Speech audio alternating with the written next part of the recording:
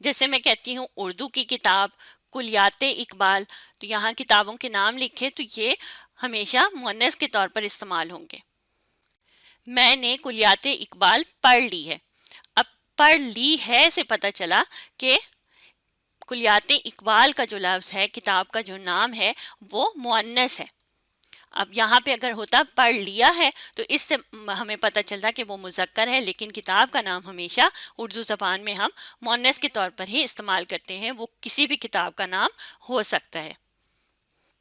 یہاں تک تو ہم نے یہ دیکھ لیا کہ بے جان اسموں میں کون سے اسم ایسے ہیں جن کو مذکر استعمال کیا جاتا ہے، اور کون سے ایسے اسم ہیں جن کو اردو زبان میں ہم مؤنث کے طور پر استعمال کرتے ہیں۔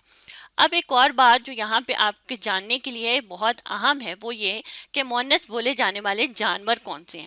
کچھ جانوروں کے ناموں کو مؤنث کے طور پر استعمال کیا جاتا ہے اور کچھ کو مذکر کے طور پر استعمال کیا جاتا ہے، جیسے کوئل، چیل، مچھلی، مکھی، بطخ، گلہری۔ اس طرح کے اور بھی کچھ جانور ہیں جن کے ناموں کو ہمیشہ مؤنث کے طور پر استعمال کیا جاتا ہے، ان کے مذکر کا ذکر نہیں کیا جاتا۔ مچھلی کی بات ہو رہی ہے تو وہ مؤنث کے طور پر استعمال ہوگی، مچھلی کی بات، ٹھیک ہے۔ اسی طرح کچھ ایسے جانور ہوتے ہیں جن کو ہمیشہ مذکر کے طور پر ہی ان کا ذکر کیا جاتا ہے یا بات کی جاتی ہے۔